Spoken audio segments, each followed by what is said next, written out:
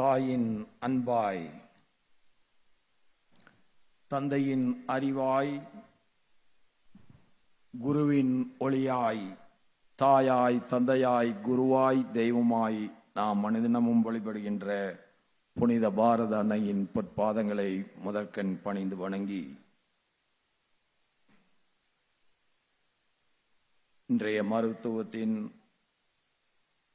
முன்னேற்றத்தில் ஒரு மைல்கல்லாக நம்முடைய KMCH நரம்பியல் மருத்துவமனை மற்றும் புதிய வெளிநோயாளிகள் பிரிவு மையத்தை திறந்து வைக்கின்ற இந்த இனிய விழாவில் என்னோடு மேடையை பகிர்ந்து கொண்டிருக்கின்ற அருமை பெரியவர்கள், KMCH தலைவர் மற்றும் மேலாண்மை இயக்குநரான நம் அன்பையெல்லாம் ஓரங்கே பெற்றிருக்கின்ற டாக்டர்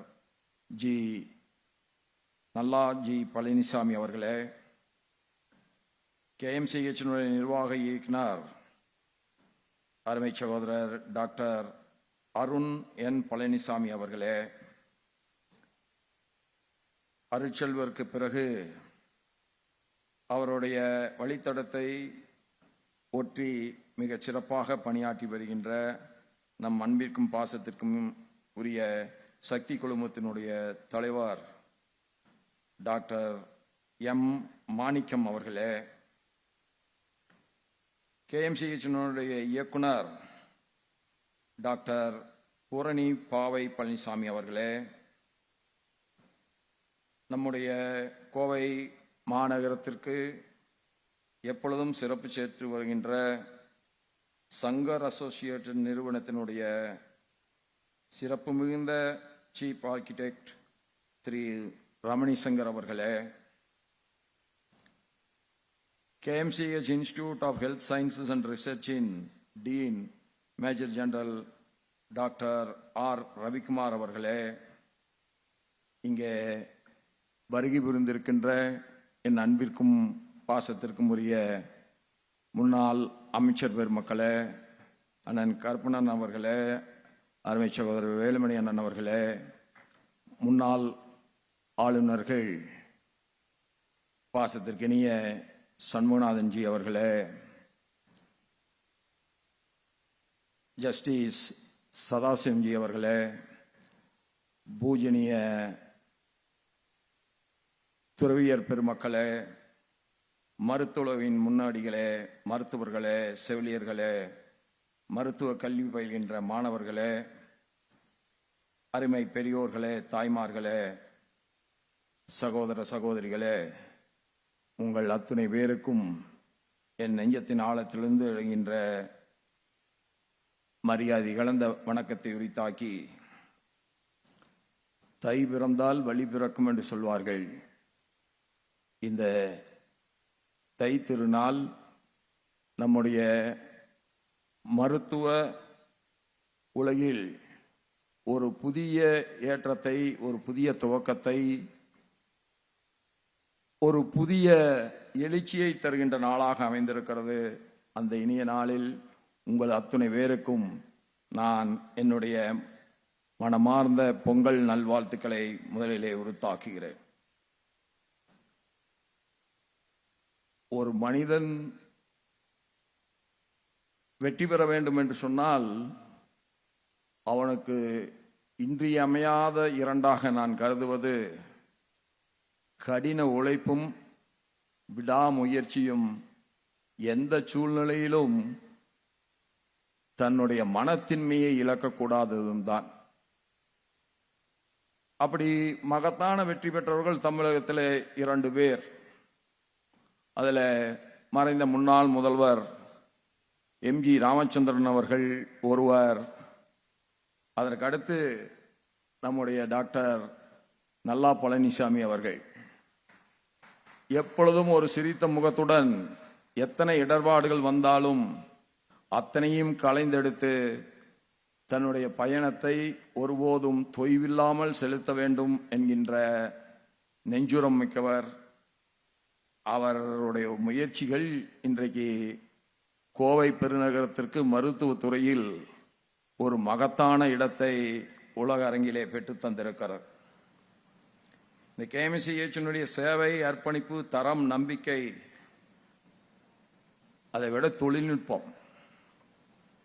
ஏதாவது ஒரு புதிய தொழில்நுட்பம் அமெரிக்காவில் வருகிறதோ அல்லது உலகத்தின் எந்த மூலையில் வருகிறதோ அதை உடனடியாக கோவை மாநகரத்திற்கு கொண்டு வந்து சேர்க்க வேண்டும் என்கின்ற வேட்கை நம்முடைய டாக்டர் நல்லா பழனிசாமி அவர்களுடைய இதயம் முழுவதும் பரவி கிடக்கிறது.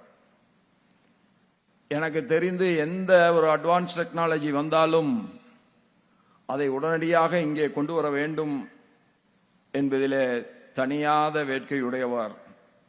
பேசிக்கொண்டிருந்த போது சொன்னார்கள்,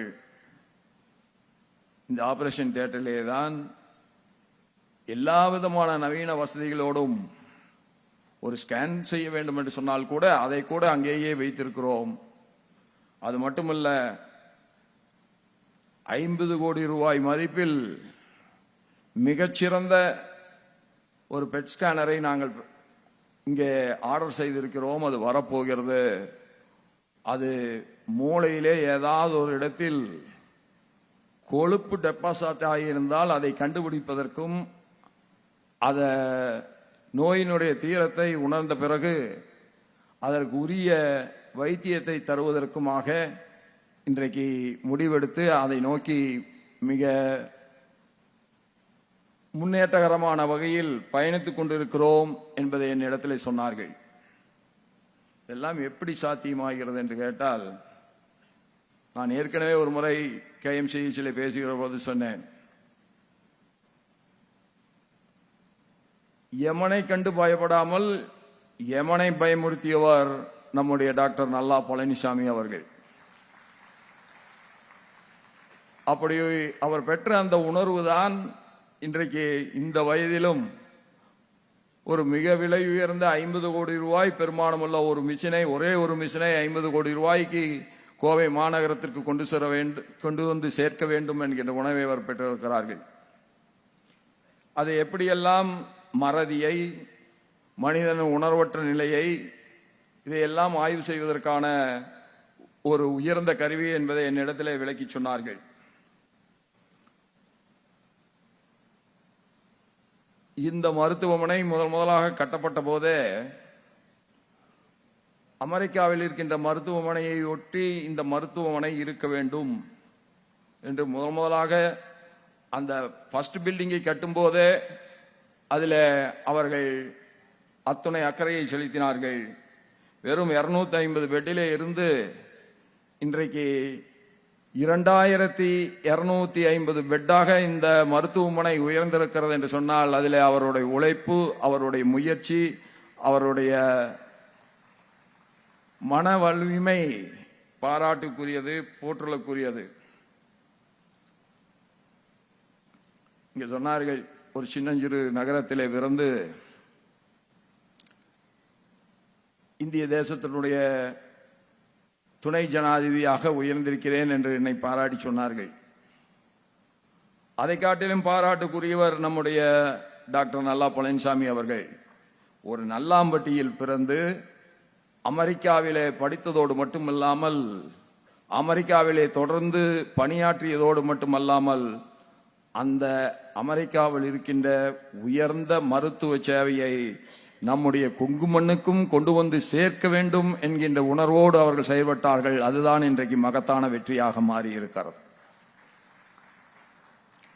நான் எப்பொழுதுமே ஒன்றை சொல்வேன், நீங்கள் ஒரு இடத்துல வேலைக்கு இருந்தால் கூட மாத சம்பளம் தானே, நாம் அதிகமாக வேலை செய்தால் அது நமக்கு பயனுற போகிறதா என்று நினைக்க கூடாது. வேலை செய்கின்ற பொழுது கூட ஒரு உள்ளுணர்வு, ஒரு அர்ப்பணிப்பு உணர்வோடும் முழு மனதோடும் நாம் வேலையை செய்கின்றோம் என்று சொன்னால் அது அன்றைக்கு உடனடியாக பெரிய பலனை நமக்கு தராவிட்டாலும் வாழ்க்கையில் பின்னால் நமக்கு ஒரு மிகப்பெரிய வெற்றியை தரும் என்பதற்கு எடுத்துக்காட்டு தான் நல்லா பழனிசாமி அவர்களுடைய வாழ்க்கை. அவர் அமெரிக்காவிலே எதையெல்லாம் கற்றுக்கொண்டாரோ, அமெரிக்காவில் எப்படி கடுமையாக உழைத்தாரோ, அதெல்லாம் இன்றைக்கு கோவை மாநகரத்திற்கு மருத்துவ துறையிலே மிகப்பெரிய வெற்றியை கொண்டு வந்து சேர்த்திருக்கிறது. இந்த நரம்பியல் அறிவியல் மருத்துவமனை ஒரு தனி நிகழ்வு அல்ல. 35 ஆண்டு காலமாக சிக்கலான நோய்களுக்கு மேம்பட்ட தரமான மக்களுக்கு எட்டக்கூடிய சிகிச்சையை வழங்கி வரும் ஒரு சிறப்பான மருத்துவமனை தான் நம்முடைய KMCH. அவர் பேசும்போது சொன்னார்கள், ஒரே ஒரு பைசா செலவில்லாமல், அதுவும் இந்த காலத்தில் ஒரு மருத்துவக் கல்லூரி கிடைக்கிறது என்று சொன்னால் அது எத்தகைய ஆச்சரியமான விஷயம் என்பதை சொன்னார்கள். எல்லா ஆச்சரியங்களும் நிகழ்கின்ற காலமாக மோடி அவர்களுடைய பிரதம மந்திரி என்கின்ற வகையிலே அவர் செலுத்துகின்ற இந்த ஆட்சி எல்லோருக்கும் எல்லாம் கிடைக்க வேண்டும். ஒரே ஆண்டில் தமிழகத்திற்கு 11 மருத்துவமனைகள் தரப்பட்டது என்று சொன்னால் அது நரேந்திர மோடி அவர்கள் பிரதமராக இருந்த காலத்திலேதான். அருமை சகோதரர் எடப்பாடி பழனிசாமி அண்ணன் அவர்கள் தமிழகத்தினுடைய முதல்வராக இருந்த காலத்திலேதான். யார் எந்த நல்லதை செய்தாலும் அதை பாராட்டுகின்ற மனம் எல்லோருக்கும் வர வேண்டும். அப்பொழுதுதான் நல்ல காரியங்களை எடுக்கின்றவர்களுக்கு அது ஆக்கத்தையும் ஊக்கத்தையும் தரும். தற்போது நரம்பியல் குறைபாடுகள் உலக மக்கள் தொகையில் 40% அதிகமானவர்களை, ஏறத்தாழ 3 பில்லியனுக்கும் மேற்பட்ட மக்களை பாதித்து வருகிறது என்று WHO அறிக்கை சுட்டிக்காட்டுகிறது. அருண் அவர்களிடத்தில் பேசிக் கொண்டிருந்த போது அருண் அவர்கள் சொன்னார்கள், ஏன் இந்த முயற்சியை நாம் எடுத்திருக்கிறோம் என்று சொன்னால், எதிர்காலத்தில் இந்த நரம்பியல் குறைபாடுகளை கொண்டவர்கள் அதிகமாக வருவதற்கு வாய்ப்பு இருக்கிறது. அந்த துறையில் நாம் அதிக கவனத்தை செலுத்த வேண்டும். ஏனென்று சொன்னால் இன்றைக்கு வேகமாக இயங்கி வருகின்ற உலகமாக நாம் மாறி வருகிறோம். ஒவ்வொருவருக்கும் இருக்கின்ற அந்த வேலையின் அழுத்தம் அது நரம்பு மண்டலத்தை பாதிக்கிறது. ஆகவே அதிலே நாம் உலகத்தரத்தோடு இருக்க வேண்டும் என்பதை பற்றி எனக்கு விளக்கி சொன்னார்கள். அப்படி இன்றைக்கு திறக்கப்பட்டிருக்கின்ற அந்த புதிய கட்டிடம் 1.75 லட்சம் சதுர அடி பரப்பில் 7 மாடிகளுடன் நவீன நியூரோ நேவிகேஷன், ரோபோட்டிக் அறுவை சிகிச்சை வசதிகளுடன் உருவாக்கப்பட்டிருக்கிறது. ஏன் நாம் அமெரிக்காவை பெருமையாக நினைக்கிறோம் என்று சொன்னால், அமெரிக்காவில் இருக்கிற வைத்திய முறையும் அமெரிக்காவிலே இருக்கின்ற அந்த சிறப்பான ஆய்வுகளும் ஒரு நோயை கண்டறிவதிலே அவர்கள் செலுத்துகின்ற அக்கறையும், அதற்காக அவர்கள் புதிதாக கண்டுபிடிக்கின்ற நவீன இயந்திரங்களும் நம்முடைய மண்ணுக்கும் வர வேண்டும். நாம் விக்ஷித் பாரத் என்று மோடி அவர்கள் அறைகூவல் விடுத்திருக்கிறார்கள் என்று சொன்னால், எல்லா துறையிலும் நாம் முன்னேற வேண்டும். அதிலும் குறிப்பாக 140 கோடி மக்கள் வாழுகின்ற இந்த ஒரு மகத்தான நாட்டில் எல்லோருக்கும் தேவைப்படுகிற பொழுது வைத்திய உதவிகள் கிடைக்க வேண்டும். The right treatment at the right time, அது கிடைக்க வேண்டும் என்று சொன்னால் அரசு மருத்துவமனைகளும் வேண்டும், தனியார் மருத்துவமனைகளும் வேண்டும். அப்பொழுதுதான் அது ஒரு ஆரோக்கியமான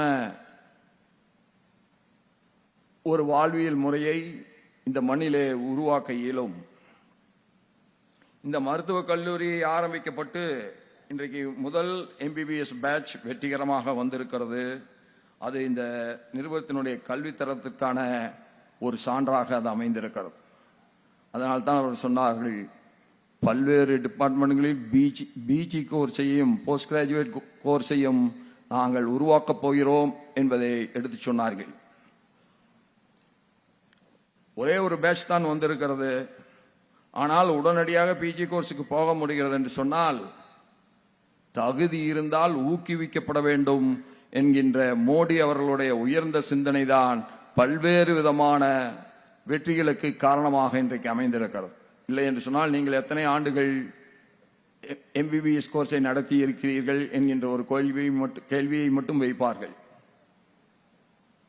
அது 10 ஆண்டுகள் ஆகட்டும். அந்த 10 ஆண்டுகளில் எத்தனை பிஜி மாணவர்கள் தங்களுடைய பிஜி கோர்ஸை முடித்து ஒரு நல்ல அறுவை சிகிச்சை நிபுணர்களாக, ஒரு நல்ல கன்சல்டன்ட் டாக்டர்களாக வெளிவர முடியும்? ஒவ்வொன்றிலும் இன்றைக்கு ஸ்பெஷலைசேஷன் தேவைப்படுகிறது. ஸ்பெஷலைசேஷன் இல்லாத ஒரு துறை என்பது அநேகமாக இல்லை. அப்படி ஒரு ஸ்பெஷலைசேஷன் உருவாகுவதற்கு ஆன முயற்சிகளில் நம்முடைய KMCH மருத்துவக் கல்லூரியும் இணைந்திருக்கிறது என்பது பாராட்டுக்குரியது. மோடி அவர்கள் எதை செய்தாலும் ஏழை மக்களுடைய நலனை காக்க வேண்டும் என்பதிலே தனியாத அக்கறையுடையவர்கள். அதனால்தான் நான் ஒரு சின்ன உதாரணத்தை உங்களுக்கு கோடிட்டு காட்ட விரும்புகிறேன். 2014க்கு முன்பாக இந்த நாட்டினுடைய சுகாதார பட்ஜெட் 37,000 கோடியாக இருந்தது. 2025-26 அது 98,000 கோடியாக உயர்ந்திருக்கிறது. அதுதான் ஆரோக்கியமான வாழ்விற்கான ஒரு அடித்தளமாக நான் அதை பார்க்கிறேன். ஆயுஷ்மான் பாரத் திட்டமாக இருந்தாலும் அந்த திட்டம்தான் உலகின் மிகப்பெரிய அரசு நிதியுதவி சுகாதார திட்டமாக இருக்கிறது. 50 கோடி இந்தியர்களுக்கு இலவச மருத்துவ பாதுகாப்பை வழங்குகிறது. 1.5 லட்சம் கோடியை தாண்டிய மருத்துவ செலவு ஏழை மக்களுடைய தோளிலே இருந்து மத்திய அரசு ஏற்றுக்கொண்டிருக்கிறது. அடிப்படை ஆரம்ப சுகாதாரத்தை வலுப்படுத்துவது நாடு முழுவதும் இருக்கின்ற கிராமப்புறங்களில் ஆரோக்கியமான வாழ்விற்கான உத்தரவாதத்தை தரும். அந்த வகையில் 1.6 லட்சத்துக்கும் மேற்பட்ட ஹெல்த் அண்ட் வெல்னஸ் சென்டர்ஸ் உருவாக்கப்பட்டிருக்கிறது. மனநலம் நாம் பொதுவாக இன்றைக்கு பரவலாக இருக்கின்ற நீரிழிவு நோய், இரத்த அழுத்தம், இவைகளுக்கெல்லாம் நம்முடைய ஆரம்ப நிலையிலேயே இந்த சுகாதார சென்டர்களில் சிகிச்சை கிடைக்கிறது என்பது கிராம மக்களுக்கு கிடைத்த வரப்பிரசாதமாகும். மருத்துவர் பற்றாக்குறையை போக்க அரசு தொடர்ந்து முயற்சி மேற்கொண்டு வருகிறது. 2014 நாடு முழுவதும் இருந்த மொத்த MBBS ஃபர்ஸ்ட் இயருடைய சீட்டுகள் 51,000. ஆனால் இன்றைக்கு அது 2 மடங்குக்கு மேலாக கூடி 120,000 சீட்டுகளுக்கு மேல் மெடிக்கல் சீட்டுகள் இந்தியா முழுவதும் இன்றைக்கு கிடைக்கிறது என்று சொன்னால் ஏழை எளிய மாணவர்கள் கூட மிக எளிதாக சீட்டை பெற முடியும் என்கின்ற நிலையை மோடி அவர்களுடைய தலைமை இந்த நாட்டிலே உருவாக்கி இருக்கிறது. 2014க்கு முன்பாக போஸ்ட் கிராஜுவேட் சீட் என்பதே ஒரு ஏறத்தாழ யாருக்கும் எட்டாக்கணியாக இருந்தது. அதில் 31,000 சீட்டுகள் தான் அன்றைக்கு இருந்தது. இன்றைக்கு அவை 70,000 சீட்டுகளுக்கு மேலாக உயர்த்தப்பட்டிருக்கிறது. கடந்த 10 ஆண்டுகளில் 300க்கும் மேற்பட்ட புதிய மருத்துவக் கல்லூரிகள் நாடு முழுவதும் தொடங்கப்பட்டிருக்கிறது. மாவட்டம் தோறும் குறைந்தபட்சம் ஒரு மருத்துவக் கல்லூரி துவங்க வேண்டும் என்கின்ற திட்டத்தை மோடி அவர்கள் நாடு முழுவதும் இன்றைக்கு அமல்படுத்திக் கொண்டிருக்கிறார்கள். ஒரு நோய்வாய்ப்பட்ட தொழிலாளியின் மனிதவள இழப்பீடு என்பது உற்பத்தியை பாதிப்பதோடு மட்டுமல்ல, தேசிய உற்பத்திக்கும் அது ஒரு மிகப்பெரிய இழப்பை உண்டாக்குகிறது. ஒரு ஆரோக்கியமான இளைஞன் நாட்டின் வளர்ச்சியை துரிதப்படுத்துகின்ற மகத்தான மனிதனாக மாறுகிறான். அதனால்தான் மோடி அவர்கள் எப்பொழுதும் சொல்வார்கள், health is not an expenditure but health is an nation building என்று சொல்வார்கள். ஆரோக்கியமான இந்தியாவை உருவாக்காமல் வல்லரசான வலிமை மிகுந்த இந்தியாவை ஒருபோதும் உருவாக்க முடியாது. அந்த வகையில் ஹெல்த்தி இந்தியாவை உருவாக்குவதில் KMCH போன்ற தனியார் மருத்துவ நிறுவனங்களின் பங்கும் இன்றைக்கு நாடு முழுவதும் மகத்தானதாக மாறி வருகிறது. நம் சமூகம் நோயற்ற வாழ்வே குறைவற்ற செல்வம் என்று போற்றும் ஒரு உயர்ந்த பண்பாட்டை மறவை கொண்ட சமூகம் இந்த நோயற்ற வாழ்வை உருவாக்கி எல்லோருக்கும் உரிய பாதுகாப்பை தருகின்ற மிகப்பெரிய பொறுப்பு அரசுக்கும் தனியார் நிறுவன மருத்துவமனைகளுக்கும் இருக்கிறது. அதனால்தான் திருவள்ளுவர் அழகாக சொன்னார், நோய் நாடி நோய் முதல் நாடி அது தணிக்கும் வாய் நாடி வாய்ப்பச் செயல் என்று சொன்னார். நோய்க்கான காரணம் என்ன என்பதை ஆழமாக ஆய்ந்து அதை தீர்க்கும் சரியான வழி என்பதை முறையாக தேர்வு செய்து அதற்கேற்ற உரிய சிகிச்சையை அளிப்பதுதான் நோயிலே இருந்து ஒரு நோயாளியை காட்டுவதற்கான அடிப்படை என்று சொன்னார்கள். அந்த கோட்பாடு இன்றைக்கும் என்றைக்கும் ஏறத்தாழ 2000 ஆண்டுகளுக்கு முன்பாக மகத்தான தெய்வ புலவன் வள்ளுவர் என்ன சொன்னாரோ அது இன்றைக்கும் என்றைக்கும் நம்முடைய சமுதாயத்திற்கு பொருந்தக்கூடியதாக அமைந்திருக்கிறது. KMCH போன்ற நிறுவனங்கள் இந்தியாவினுடைய ஆரோக்கியமான வாழ்வு என்கின்ற பயணத்தில் முன்னணியிலே இருப்பது நமக்கு பெருமகிழ்ச்சி அளிக்கிறது. இந்த நேரத்தில் நான் அவர்களை வாழ்த்துவதெல்லாம் ஒன்றுதான். இன்னும் என்னென்ன விஞ்ஞானபூர்வமான முன்னேற்றங்கள் உலகெங்கும் வந்து கொண்டிருக்கிறதோ அவைகளெல்லாம் படிப்படியாக நம்முடைய தமிழகத்திற்கும் இந்தியாவிற்கும் நம்முடைய கோவை மாநகரத்திற்கும் நீங்கள் கொண்டு வந்து சேர்க்க வேண்டும். அப்படி நீங்கள் சேர்ப்பதன் மூலமாக இந்தியா உலகத்தரத்தில் தன்னுடைய வைத்திய கல்வியை மட்டுமல்ல வைத்திய முறைகளையும் உயர்த்தி கொள்ள முடியும் என்று சொல்லி இந்த பொங்கல் திருநாளில் உங்களை எல்லோரையும் உங்களில் ஒருவனாக காண்பதிலே நான் பெருமை கொள்கின்றேன். மீண்டும் ஒன்றை மட்டும் சொல்லி இந்த உரையை நிறைவு செய்ய விரும்புகிறேன். உலகத்தில் உயர்ந்த இடத்தை பெறுவது என்பது பலருக்கும் கிடைக்கின்ற வாய்ப்பு, எல்லோருக்கும் கிடைக்கின்ற வாய்ப்பு என்று சொல்ல முடியாவிட்டாலும் பலருக்கும் கிடைக்கின்ற ஒரு வாய்ப்பு தான்.